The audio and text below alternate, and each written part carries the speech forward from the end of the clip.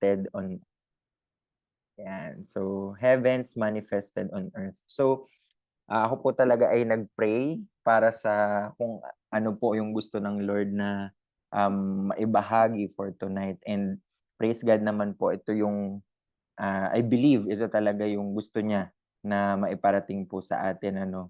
So, ang ating pong word ngayong gabi ay galing po kay Apostle Paul from Philippians 4 verses 4 to 7. NIV version po yung aking ginamit. So, ang sabi po dito, rejoice in the Lord always. I will say it again, rejoice. Let your gentleness be evident to all. The Lord is near. Do not be anxious about anything, but in every situation, by prayer and petition, with thanksgiving, present your requests to God. And the peace of God, which transcends all understanding, will guard your hearts and your minds in Christ Jesus.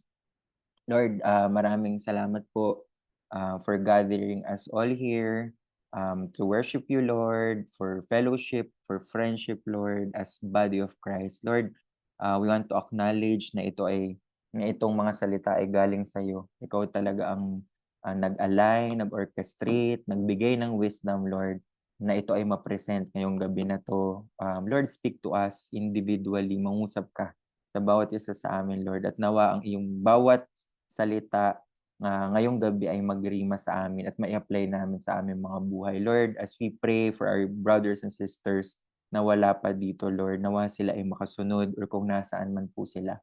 Please do protect them and guide them through your Holy Spirit, Lord. Lord, we lift up this fellowship sa iyo, Lord, in Jesus' name. Amen. Ayan, so ngayon ito po ang naibigay sa akin ng Panginoon na i-share po for tonight. So sige po, ang gagawin po natin ngayong gabi na to, ida-dissect po natin isa-isa yung bawat part po nitong text na ito. So yung una po, wait lang po. Ayaw mag-next. Pero bago po yun, I want everyone for us to assess or ask ourselves muna po, no? Siguro for like a 30 seconds, no? Or a minute, no? Na tanungin ang ating mga sarili, mag-assess, no? How's our heart today? Kumusta po ang ating mga puso ngayon, ngayong araw na ito, or ngayong gabi na ito, or ngayong panahon na ito. Kumusta po ang ating mga puso, no? Let's ask ourselves, no? Ano ba ang ating nararamdaman? Kumusta ba ang ating pakiramdam? Kumusta ba ang ating yung kumbaga kabuuan po na sitwasyon sa oras na ito po or sa panahon na ito? Ayan, tayo lang po ang makakasagot nito, no? So, mag-reflect po tayo, mag-assess ng ating mga sarili, lalo na ating mga puso. Kumusta po tayo? Ayan. So, bakit ko po natanong yun, no? Kasi, doon po sa unang part po nung text po, um, ang bigat po, no? Ang bigat ng unang sinabi agad, no? Sabi, rejoice in the Lord always. No? Hindi po ito sometimes. Hindi when it's convenient. Hindi when it's okay lang. Always, ang sabi po, no? Ni Apostle Paul. And inulit pa niya, I will say it again, rejoice. So ano po bang ibig sabihin ng rejoice? So, ang ibig sabihin po ng rejoice is with great joy or delight. Kaya po tinanong ko po sa bawat isa po, kumusta po ang ating mga puso? Tayo po ba ay nagre-rejoice? Ano po ba ang nararamdaman natin ngayon? Sabi nga po ni Apostle Paul, mag-rejoice daw po. Always, no? Always. Sabi nga po sa 1 Thessalonians 5 verses 16 to 18, rejoice always, pray without ceasing, give thanks in all circumstances, for this is God's will for you in Christ Jesus. Sabi po, no? God's will daw po yun, na tayo ay mag-rejoice always in all circumstances. Yan po ang paalala sa atin for tonight. No, let's dissect. So yun po yung verse 4. So verse 5 naman po tayo. Sa verse 5 po sabi, let your gentleness be evident to all. The Lord is near. Nung una po parang di ko magets. So parang nag-iba-iba pa akong translation. So parang di ko magets tong part na to. No? Let your gentleness be evident to all. The Lord is near. So ngayon, I'm gonna focus on the word po gentleness. Sabi, ang gentleness daw po can also be translated as meekness. Pero 'di ba minsan pag naririnig natin yung gentle, ganyan, gentleness, parang is a sign of being weak, no? Pero sabi po dito, it does not mean weakness. Rather, it involves, I'm gonna highlight po ito, humility and thankfulness toward God. So ang pagiging gentle, which is a fruit of the Holy Spirit po ay hindi sign po ng pagiging weak. Nangangahulugan lang po na ito na we are humbly presenting ourselves to the Lord and grateful tayo. Thankful tayo sa ating Panginoon. And polite, restrained behavior towards others. 'Di ba nga po, as fruit of the Holy Spirit, it radiates, no? And yun din po yung nagiging trato natin sa mga tao. Because that's what we feel inside. The opposites of gentleness, ito po, yung kabaliktaran. Yung gentleness, no? Anger, a desire for revenge, and self-aggrandizement. Okay. Medyo mabigat po, no? May mga panahon po ba na ganyan? Ako rin, as I assess myself, hindi lang yung, sa ibang tao yung magalit o kumbaga mapaisip na mag-revenge, ano? Pero minsan, ako may mga moments din po in my life na parang ang bigat-bigat ng sitwasyon na medyo parang nakaka-feel ako ng galit, no? Anger, even to God. May mga moments po ako noon before, no? And yung parang rebellious heart, no? Na parang bakit ba ganito nangyayari, 'di ba? No? And yan po ang nagiging kumbaga reaction, no, ng puso ko doon sa nangyaring event or sitwasyon, no? Pero this verse po reminds us na yung gentleness, no, does not mean weakness. Ibig sabihin po niyan, humility and thankfulness toward God. Ayan. So, sabi nga po dito, to be gentle is to recognize that God's way and thoughts are high above our own. It is to humbly realize that our worldviews are shaped by exposure to sin and the misinterpretation of experience. It is to accept God's worldview, reflecting truth about the spiritual and the material worlds.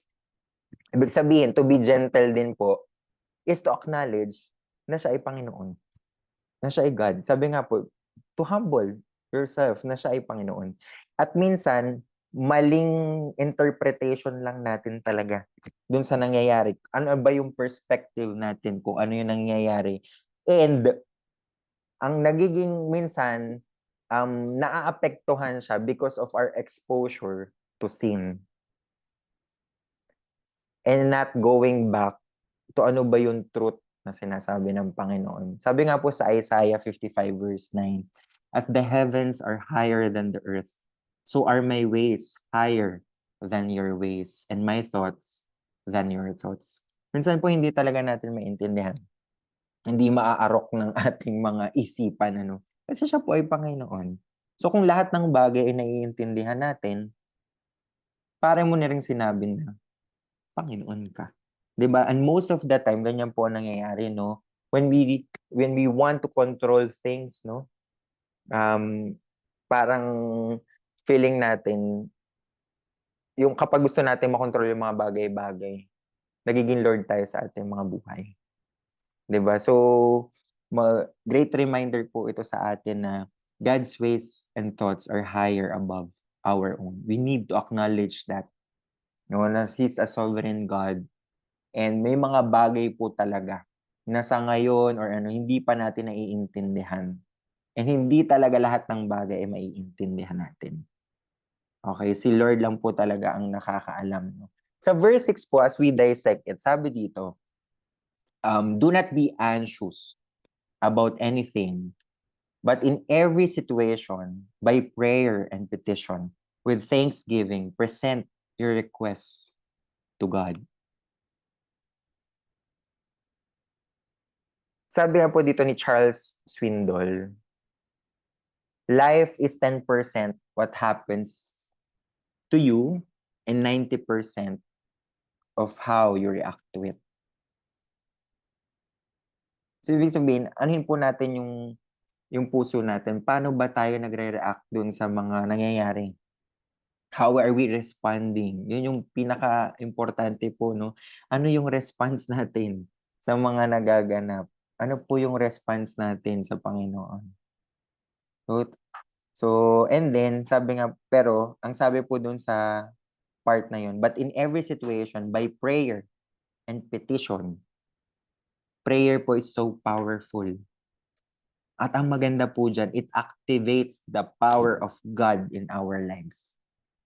Prayer is so powerful and activates the power of God in our lives. Pwede po ba makahingi ng amen sa atin dyan? Kung nandyan pa po kayo. Sobrang powerful po ng prayer. At yan po ang makaka-activate, no, ng power ng Panginoon natin sa ating mga buhay. Diba? Amen po ba? Amen. No? And ang sabi pa po dito, pray as though everything depended on God, which is lahat naman talaga. And work as though everything depended on you. Kanina po, as I meditate on this word, no, pinapaalala po talaga ng Panginoon yung kumusta ba ang faith? And alongside with it comes excellence. Kasi di ba most of the time, everything naman talaga, we should really depend on the Lord. Pero we have our part. Meron tayong, kumbaga, it's a two-way, no? We need to work with God. Kailangan nating makapagtrabaho sa Panginoon, 'di ba? Work with God, no? In excellence. In excellence. 'Di ba? Sabi nga po sa James 2, faith without action is dead. Meron po tayong part na kailangan gawin. And napakahalaga din yung kanina nga po nasabi, yung response natin. Yung response natin sa mga nangyayari. Ano ang gagawin natin?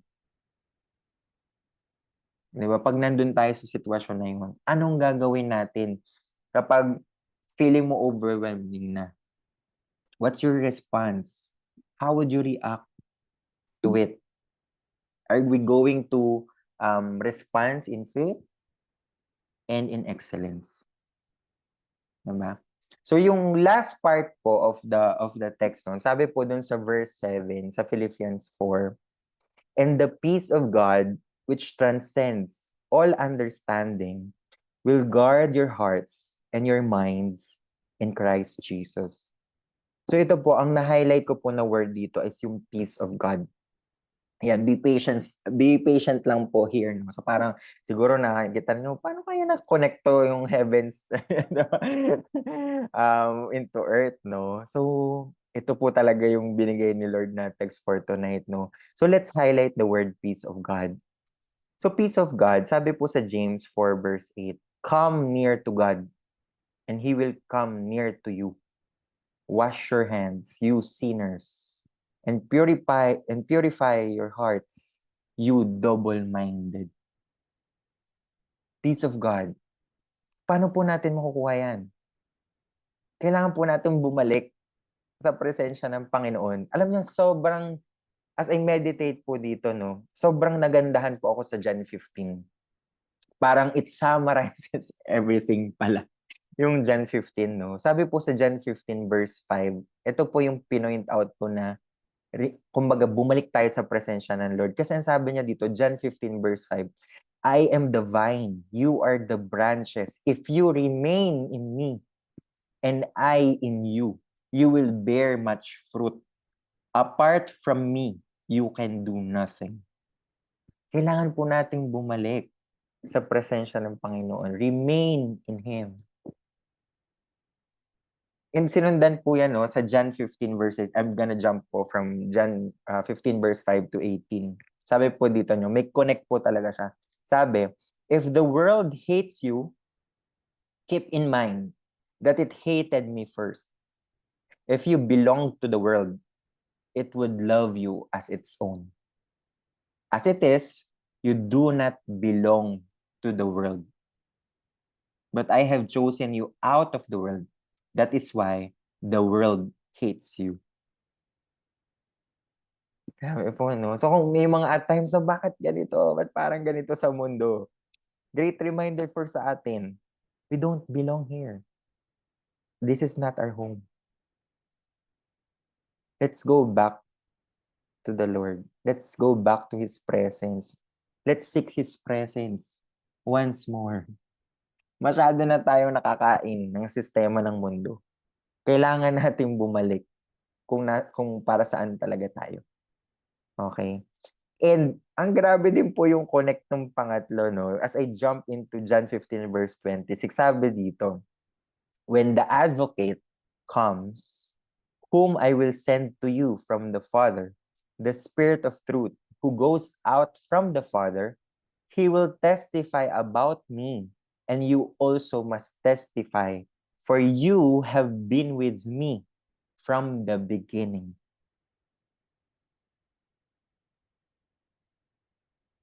Di ba? From the beginning of time.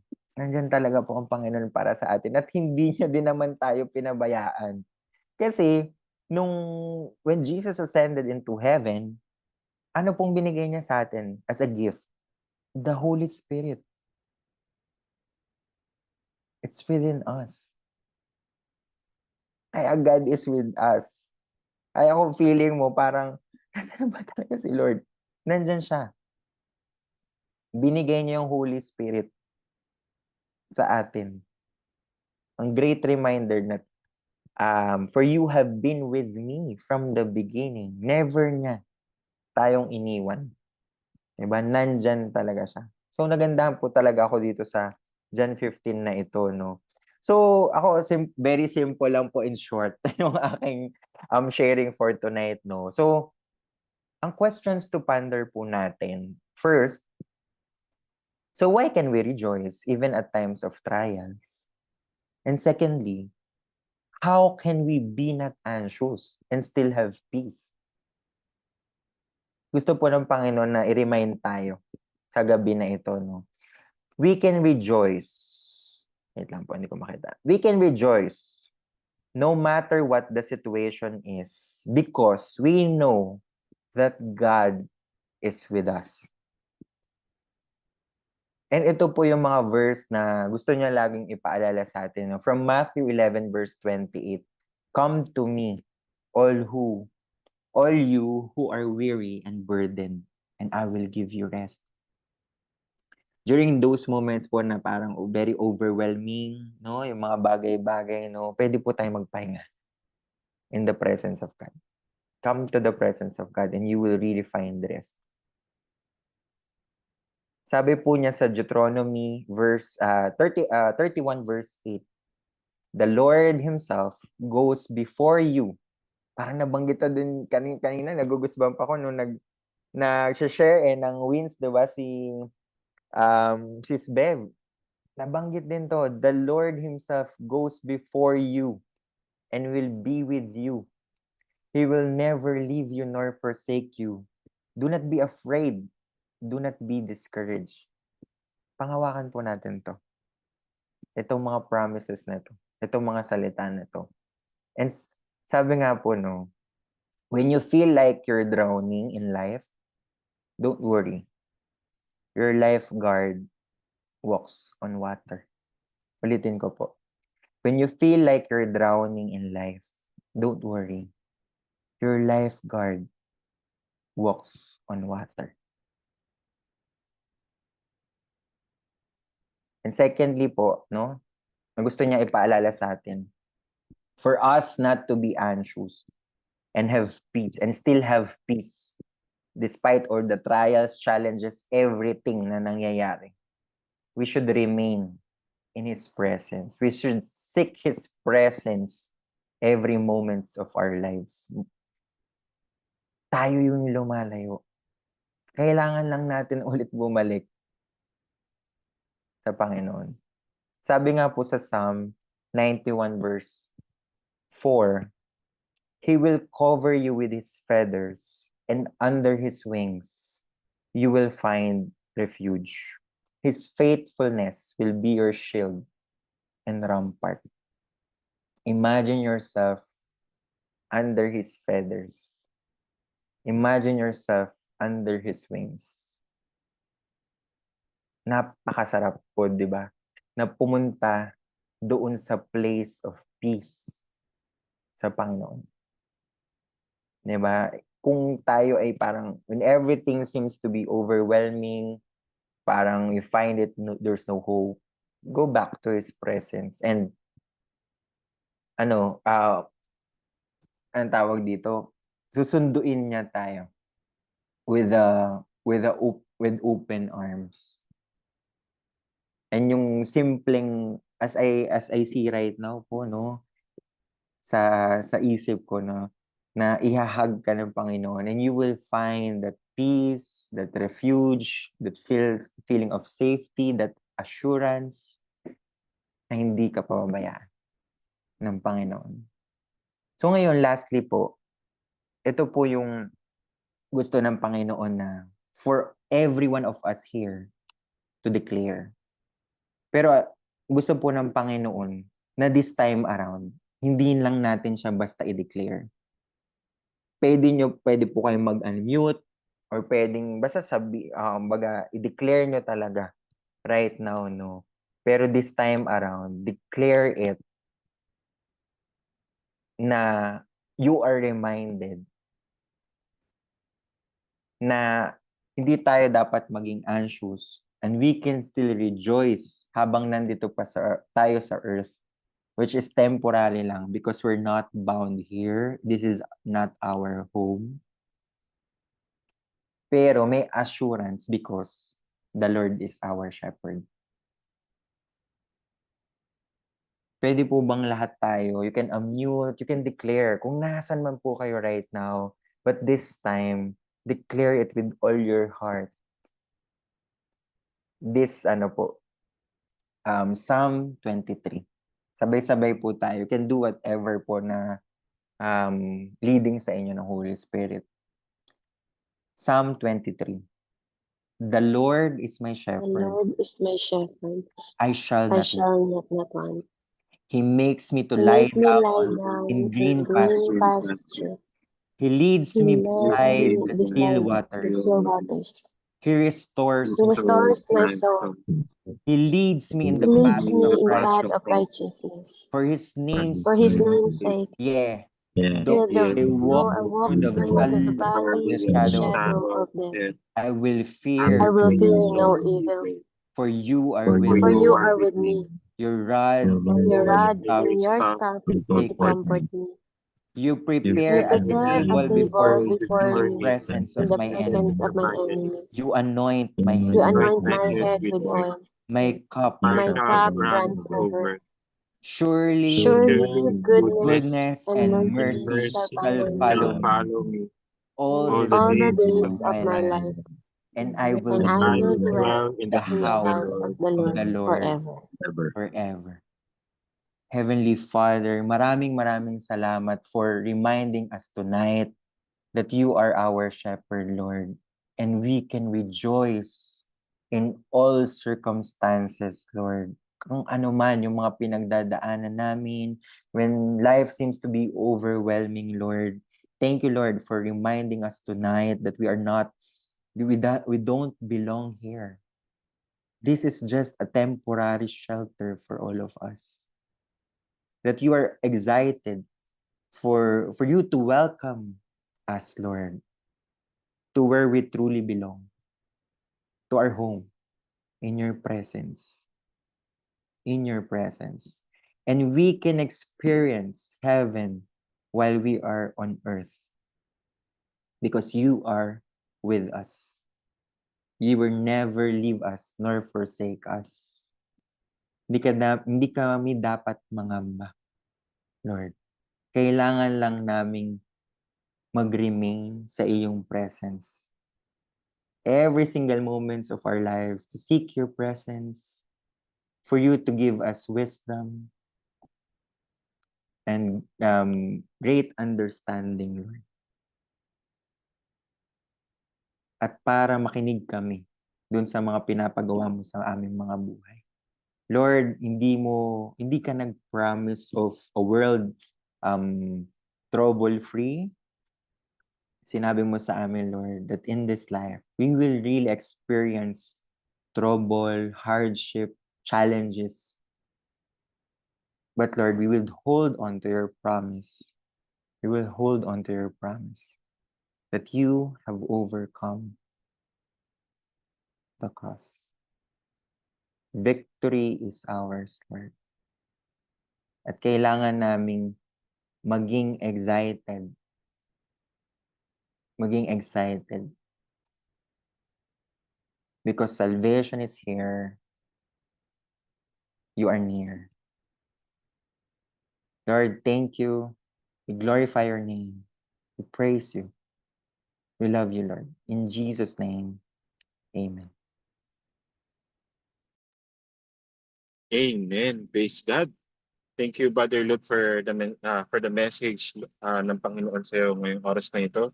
Amen. Sa dakot na dakot na po tayo sa ating conclusion since may meeting po ang leads after. But si Tate Red po ay wala po no kasi sa internet connection niya. But ako po ay magpapatuloy sa ating conclusion.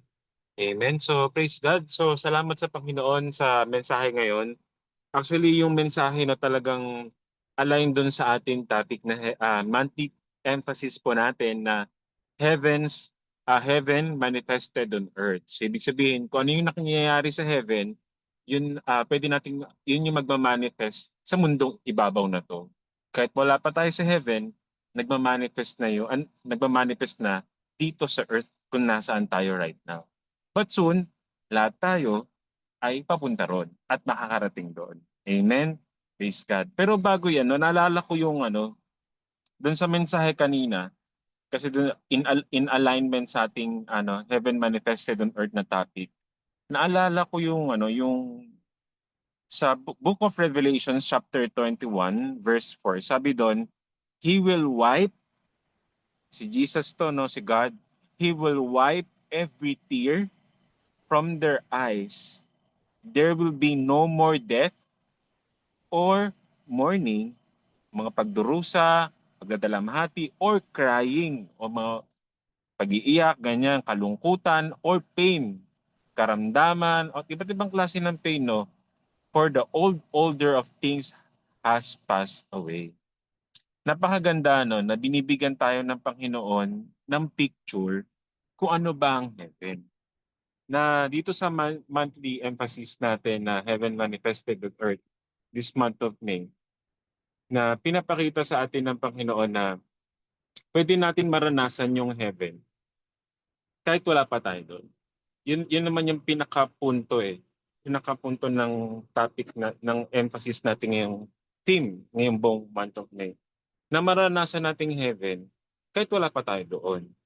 So nung last week, 'di ba, na mensahe yung about na kalooban ng Panginoon, yung sovereign will, yung mga instructions ng Panginoon, yun yung dapat maganap sa mundo, di ba?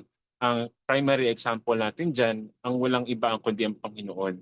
Na meron pa lang siyang plan of salvation sa humanity, ang Panginoon Diyos, ang Ama, ang ating Abba Father, ang ating God the Father, na ibinigay niya kanyang anak na Panginoong Yesus kasi yun yung plano niya pala. Dapat yung maganap kasi yun yung kalooban ng Diyos para sa atin. At lahat-lahat ng pamumuhay natin sa kabanalan, sa pagsunod natin sa Kanya, in obedience, no? In worship, paano tayo mamuhay bilang Kristiyano, yun yung nagpapakita ano ba tayo mamuhay sa heaven. Na dapat sa mundong ito, napapractice na natin. Kasi di ba ang mga kapatid, ang mundong ito is just a practice what the heavens look like. Kasi darating ang araw, doon tayo sa new heaven and a new earth, new Jerusalem. Yan yung sinasabi ng Bible, no? So doon tayo pupunta. So doon namamayani yung mga utos, commands, instruction ng Panginoon. Yun naman yung last week. Ngayon naman, pinapakita sa atin ano bang itsura ng heaven. Walang iba, puro kaligayahan. Walang pag-iyak, walang kalungkutan, walang karamdaman, walang mga sorrows na naranasan natin sa lupa. Pero bago pa man dumating na sama-sama tayo doon sa new heaven and a new earth, New Jerusalem, pwede na natin maranasan yon.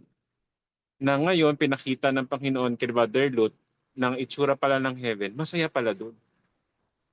Wala ka nang iisiping bills, wala ka nang iisiping mga karamdaman, wala ka nang iisip na worry, walang alalahanin doon, hindi tumatanda doon, hindi namamatay ang mga tao doon. Di ba? Malakas tayo doon. Sabi nga ng Bible, we are on our glorious body, glorified body. Di ba? Kung ang mga tao ay tumatanda, kumukulubot, di ba?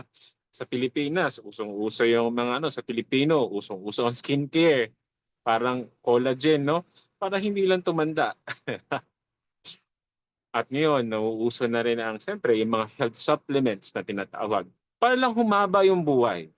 Gumanda, usong-uso din yung pag-gym. Hindi naman masama ang pag-gym kasi inutos ang Panginoon na mag-ehersisyo para gumanda yung katawan, mukhang bata, di ba? Talagang usong-uso din yung stress management, no? So kung doon pa lang, kung makikita nyo talaga, ang mundo talaga is decaying, deteriorating, nabubulok, pupunta sa kasiraan. Kaya merong karamdaman, may kamatayan dahil sa kasalanan, di ba? Papunta rin ito sa kalungkutan, di ba? Sa panahon na merong namamatayan sa atin, lahat ay malungkot. Umiiyak, nagdadalamhati, di ba? Lahat talaga sa mundong ito, puro sorrow and pain. Tapos dun sa verse na yun, napansin ko doon, no, di ba sabi dun rejoice. So yun pala, bakit yun pala yung inutos? 2 beses na sinabi na rejoice. Ibig sabihin, ang sinasabi sa atin ng Panginoon, rejoice habang kayo ay nasa lupa, rejoice in the Lord ulit. So bakit 2 beses? Pinapaalala sa atin ng Panginoon, ang destiny mo is a rejoice life. Pero oo, yun nga ang destiny mo in a new heaven, in a new earth, New Jerusalem. Pwede ka nang maging maligaya kahit nasa gitna ka pa ng problema. Kahit nasa gitna ka pa ng unos, nasa kagitna ka ng karamdaman, nasa kagitna ka ng kalungkutan, pwede ka na maging maligaya. Kahit wala pa tayo sa literal na heaven. Amen po ba? Kaya di ba, napakaganda nung salita ng Panginoon na rejoice. Kasi ibig sabihin, yung sinasabi lang ng Panginoon sa atin, hindi yan yung destinasyon mo. Di ba? Bukod sa inutos ng Panginoon na wag tayong manatili, wag tayong magstay doon o mag-focus yung ating mga mata sa mga alon ng buhay natin, sa kagipitan, sa worry, sa fear, sa anxiety. Di ba yun yung mga sumusunod na verses, no? Huwag tayo tumambay doon. Balik tayo doon kung saan tayo idisinenyo ng Panginoon. Di ba? Balikan niyo yung original design sa atin. Going back to the Genesis, nung sila Adam and Eve, di ba, it was perfect. Perfect harmony. Masaya kaya sila, Adam at Eve noon. Masaya. Immortal sila. Hindi sila namamatay. Walang pagkakasakit. They just enjoying yung place sa Garden of Eden. Diba? Yun naman talaga pala ang design sa atin ng Panginoon. Ngayon, binabalik tayo ng Panginoon sa mensahe niya, rejoice anak.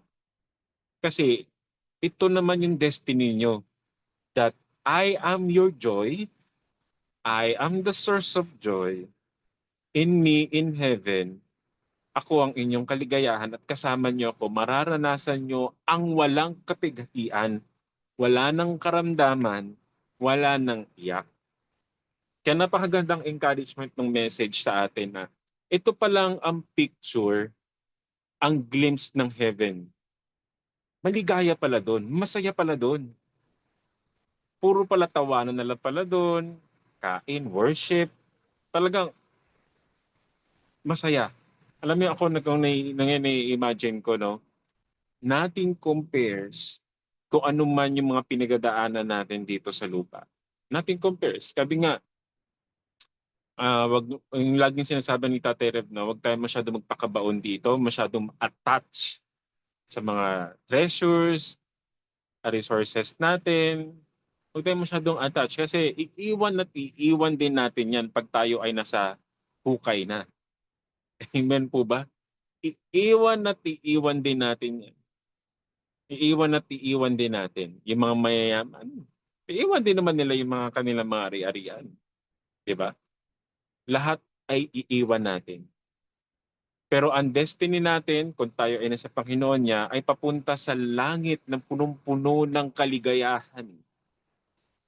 Pero, pwede na nating maranasan yun kahit wala pa yun. Yun yung paanyaya sa atin ng Panginoon. If we have God, if we have Jesus in our lives, di ba? If we have the Holy Spirit, tandaan nyo ang fruit of the Holy Spirit, kasama dun sa prutas, di ba isang prutas siya, pero kasama doon ang joy.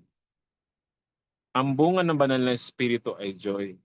So ibig sabihin, if you have God in you, if you have the Holy Spirit in you, you have received Jesus Christ bilang Lord and Savior sa buhay mo, you can rejoice. You can rejoice because God is within you. God lives in you. And joy lives in you. Amen po ba? Hindi fear. God has not given us the spirit of fear or timidity. Di ba? But God given us the spirit of power and sound mind and love. Di ba? Tingnan niyo yung mga kapatid, tingnan niyo yun, no? Kaya yung work ng Trinity doon sa verse, no? Grabe. Ako ay namamangha. That's why God has given us the Holy Spirit para hindi natin na-experience na tayo ay ulila. Sabi yan ng Panginoon ni Jesus nung packet siya bago siya mag-ascend sa heaven. I will leave you not to be an orphan. No. God will send you the Holy Spirit. Amen. The Trinity, no, yung Trinity yung third person, the Holy Spirit. And the Holy Spirit, ang fruit nun, joy. So you can rejoice. Kaya walang excuse sa atin na kahit nasa gitna ka ng problema, you can rejoice. Because you have that power to tap on. Hindi yun nawawala. Nandyan yan sa'yo. When you have the Holy Spirit, that joy is in you. You need to exercise that joy. Amen? Lalo na sa panahon, tayo ay dumadaan sa problema. Actually, itong mensahe na to, it's really also an encouragement ni God sa akin right now. Diba? I've been battled for quite some time with family and all. No? But I have that power. I have that power. I have that fruit in me, which is joy, which is the fruit of the Holy Spirit. So I can rejoice. Pwede ako maging masaya. Pwede ako magkaroon ng kapayapaan. Kasi nasa akin ng Holy Spirit kahit may problema ako. Marami akong bayarin. Amen po ba? So talaga na it's really a reminder to all of us what heaven look like. A heaven is punong-puno ng kasayahan, celebration. Yun pala yun. Kaya pala heaven manifested on earth. Ito yung topic na ibinaba ng Panginoon kay Brother Lot. Kasi mababasa niyo rin sa verse na yon, the Lord is near. Rejoice, the Lord is near. Kasi as we gearing towards the end of days, actually nasa na tayo, end of days na, last of days. Talagang ang mga tao, pasama na ng pasama. Ang mundong ito ay pahirap na ng pahirap. Diba? Kaya, paano tayo makakatagal sa mundo na pa-decay na? Diba? Patikim pa nga lang yung pandemic nung nakaraan. Imagine, nung pandemic, ang daming na-depress. Nangunguna dyan ang generation ng Gen Z at Millennial ayon sa statistics. Patikim pa lang yun ng last days, wala pa tayo talaga dun sa pinaka-last ito lang pinaka, ano na siguro, last 3 years, wala pa tayo dun eh. Tutuusin eh. Pero although nasa last of last days na tayo, how much more pa yung paparating? 'Di ba? 'Di ba? Kung lalamunin tayo ng depression, anxiety. Kaya itong mensahe na to is God is encouraging us. God used Paul to speak to the Philippian church at to all of us to rejoice in the last days. To rejoice for the Lord is coming. Na ang magiging focus na natin ngayon para maging masaya tayo kahit may mga tribulation, may problema, kahit masuppress pa yung pananampalataya natin, is God. Ibig sabihin, He is our source of joy kaya tayo magiging maligaya kahit anuman yung problema natin. Kung mababasa nyo lang talaga ang Book of Revelation, no, before the rapture of the church, yung mga maiiwan, grabe. Grabe yung mga pagdaraanan ng mga maiiwan dito. Although may masisave pa naman after the rapture. May masisave pa nun eh, ayon sabi ng Biblia. Pero gusto mo bang maiwan ka sa rapture? 'Di ba? Kasi yung mga nandun sa tribulation, meron pa mga magre-repent doon eh. Tapos sila yung last wave ng masisave. Pero gugustuhin ba natin? Pero syempre, ayaw na natin yon. Gusto na natin, di ba? We will be all in heaven sa rapture pagdating ng Panginoon. Di ba? So, salamat sa mensaheng ito sa atin na is calling us to really to have joy, to rejoice in the Lord. At hindi mangyayari yon na magiging rejoice. Kasi ang Christian life is like para siyang heartbeat. Pag nakikita na kayo na sa hospital ng gano'n, di ba, yung sa heartbeat, up and down. Minsan pag meron tayong mga trials, temptations, mga dalamhati sa buhay, bumababa yung ano natin eh. Spiritual meter, may mga gano'n din. Point ng ating life. However, God is calling us sa John 15, yung na-mention kanina, Brother Lou, to remain, manatili. Ito yung natutunan ko over the years. Ang Diyos hindi lumalayo, hindi umaalis. Tayo lang. Si Lord nandyan siya palagi. Tayo lang yung maalis. Kaya no wonder, God is calling each one of us sa John 15, remain in me. Ibig sabihin, pwede ni isa sa atin, kahit naglilingkod pa yan sa Diyos, pwedeng mawala. Pwedeng mag-backslide. Kaya sabi ng Lord, remain in me. Remain in me. Kaya napaka-importante nung pananatili sa Panginoon. And we cannot remain in God if hindi tayo nadidiligan katulad ng isang halaman. Example, yung halaman, hindi mo yung nadidiligan, hindi mo nalalagyan ng fertilizer araw-araw. Tingnan nyo, in the middle of summer, yung halaman na hindi pa, talagang hindi siya nadiligan na, tapos wala pang fertilizer yung lupa. Anong mangyari dun sa halaman? Mamamatay. So, ano yung point? Yung remaining in God is babalik sa basic, which is the intimacy of prayer, worship, and the Word.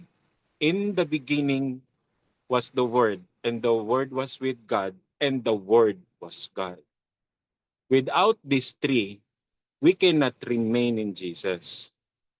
Without worship, without the Word, without the prayer life, we cannot remain. So pag hindi ka makaka-remain, ibig sabihin, you cannot rejoice. Diba, nalulus appetite tayo. Example, wala kang Bible reading, malulus appetite talaga tayo. Vulnerable tayo sa attacks ng enemy, temptation ng enemy. Paano na-win ni Jesus Christ dun sa desert, sa wilderness, si Satan, dun sa tatlong temptation, walang iba, word ng ginamit. Scripture ang ginamit. Yun yung ang pamatay kay Satanas, Word of God. wala pang prayer life, wala pang armor ng prayer life, wala pang covering, wala. Wala pang worship, wala. Mamamatay. Kaya 'di ba, talagang magkakasama yung remain in me really speaks of intimacy and discipleship. It's also our cooperation sa Lord. So doon pumapasok yung sinasabi ni Brother Lut kanina. Let's do our part na kumain. Let's do our part na kumain. Paano, ito yung laging pinapaalala sa amin ni Nanay Ruth. Paano pag dumating ang time na magkaroon ng solar storm? Sample pwede mangyari 'yon sa end of days. Pwede, end of days na eh. Magkaroon ng solar storm, walang internet, tapos wala ka pang hard copy ng Bible. You don't even memorize scripture. Wala ka pang memorize na word. Paano tayo masusustain in these last days? Diba? So, babalik dun sa basic. If we are rooted in the Word of God, mawalan man ng internet, mawala man tong fellowship na to, hindi na tayo magkaroon ng communication, magkaroon ng blackout sa buong mundo, alam mo yun, kampante tayo sa bawat isa na tayo ay rooted sa Word of God because we have memorized the Scripture. Amen? Meron tayong kaya pinamemorize namin kayo ng Psalms eh. Nagme-memorize tayo ng Psalms. At ang turo sa TGPM, hindi malalalim na doctrine. Ang tinuturo dito is really intimacy na you are to read the Genesis to Revelation.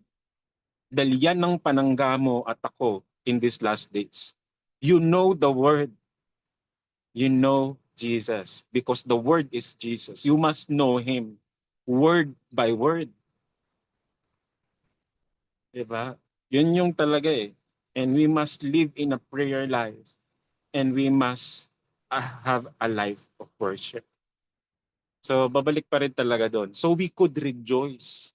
Diba pag pag ikaw ay dumadaan sa problema, especially may naalala kang word, Psalm 23, katulad kanina, ay, mawawala yung anxiety ko. The Lord is my shepherd.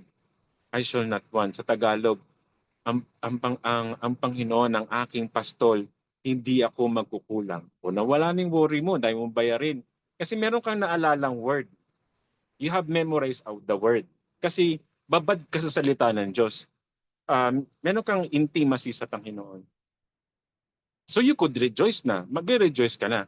So ibig sabihin, yun yung mga practical ways na nandito pa tayo sa lupa, nakakapag-rejoice tayo in our circumstances. Nakakapag-rejoice tayo in our circumstances. Kaya ako, this is also a reminder ni God for me to rejoice in Him. In every battle, opportunity yon para maging testimony yung battle o yung struggle. Someday, that will be a testimony that God will glorify. So ganun na yung mindset natin. Because the Word of God talagang binabago, nire-refine niya yung utak, nire-renew niya yung mind natin on how we respond sa buhay natin. So yun lamang po mga kapatid, no? So napakaganda ng mensahe. Let us rejoice. Let us rejoice. Naalala ko noon dati, may famous na old Christian song na, ang buhay ng Kristiyano ay masayang tunay, masayang tunay, masayang tunay. Habang nung maliit pa ako noon, hindi ko yun maintindihan. Bakit masayang tunay? Bakit masayang tunay? Ganon. May mga punong-puno nga ng damdaming ang problema ng isang Kristiyano. May nagsabi pa sa akin na, alam mo, ang pagsilingkod mo, ang daming dyan. Daming trials niyan. Maraming trials talaga yan.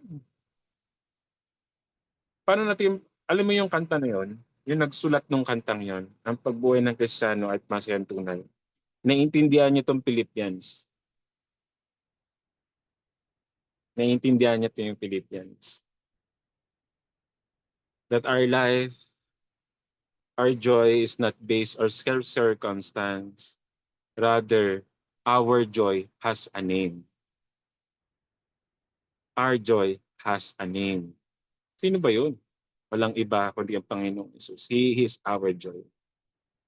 Remember Job, who is his joy? Ang ibang Diyos.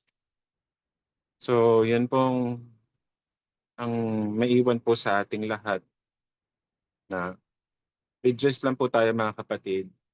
Rejoice, let us rejoice. Na alam mo yung pangiti-ngiti lang yan, daming bayarin yan, pangiti-ngiti lang yan, may karamdaman yan, may problema yan, may trabaho, pangiti-ngiti lang yan. Yun yung Kristiyano eh. Pero hindi ini-invalidate yung mga nag-i-struggle nating mga kapatid sa depression, anxiety. Hindi natin i-validate yun ha. Kasi ako mismo dumaan din naman ako doon. Pero may cure pala. May cure pala. Word of God. Remain in Jesus. Magliliwanag ang lahat. If you will read this word. If we worship and pray unto. Alam mo yun, Lord, ikaw ang kaligayahan ko. Hindi yung sa kaya mong ibigay. Magkaiba yun. Sometimes, mga kapatid, tinitest ka ng Lord na kare may karamdaman ka for you to know that He is not just He is your healer, He is your joy. Masaya ka pa rin kahit may karamdaman ka kasi siya yung kaligayahan mo eh. Hindi sa kakayahan niyang magpagaling. Hindi doon dapat ang focus. Siya, yung person, si Jesus. Alam mo yung may kapayapaan, pag kasama mo yung mahal mo sa buhay, dumadanas ka ng problema, di ba gumagaan? Kasi kasama mo yung mahal mo sa buhay na parehas kayo lumalaban sa problema. Tama ba? How much more? Kasama mo yung God na, ay kasama ko si Lord, ba't ako mangangamba? Andito nga pala siya. Nawawala yung agam-agam. Saka magpayakap ka sa Panginoon because there is no fear in His perfect love. Pansin nyo, pag niyakap kayo ng tao na mahal kayo, ano mararamdaman nyo? Kaya nag-worry ka, no? Niyakap ka ngayon. Ako naranasan ko yun, kahit mapamilya ko lang eh. Alam mo yung parang kumakalma ka. Di ba yung bata, kasi yung bata, ngawa ng ngawa, baby. Gahin mo, yakapin mo, anong nangyari? Kumakalma. Mas tumatawa-tawa pa yan. Ngayon, narealize ko, tayo din pala ganun. Tayo ng ngawa sa mga problema. Tapos, ang kailangan daw pala natin presence. Yakap ng Panginoon Diyos. Yakap ng Ama. Payakap tayo sa Ama. Payakap tayo sa Holy Spirit. Sa Panginoon Diyos. Si kay Jesus. Iba. Kakalma tayo. Kakalma tayo. Grabe yung gabi yung revelation. No? Grabe. Sometimes, what we need is not the answer to our prayers. Alam mo yung minsan need natin, ang pinaka-primary need natin, presensya. Presence. Alam nyo, kahit anong gawain natin dito, kung walang presence ng God dito, nothing to. Nothing itong TGPM kung walang presence ng God dito. Ano mang ministry, ano mang paglilingkod sa Panginoon, kung walang presensya ng God, wala. It's just merely a religious activity or event or program, I may say. Kaya ngayong gabi, ngayong umaga o hapon, ini-acknowledge natin ang presence ng Holy Spirit na nasa atin, sa ating kaligitnaan. Ano siya yung nagbibigay sa atin ng revelation, comfort, encouragement at pagtuturo sa ngayong oras na ito. Yun. Salamat sa banal na Espiritu na nagpapatuloy na nagpapalakas sa atin. At nagbibigay sa atin na magpatuloy, na huwag mag-quit. A righteous man may fall. Tayo ulit tayo. 7 times ka man mag-stumble. Tayo ulit. Tayo.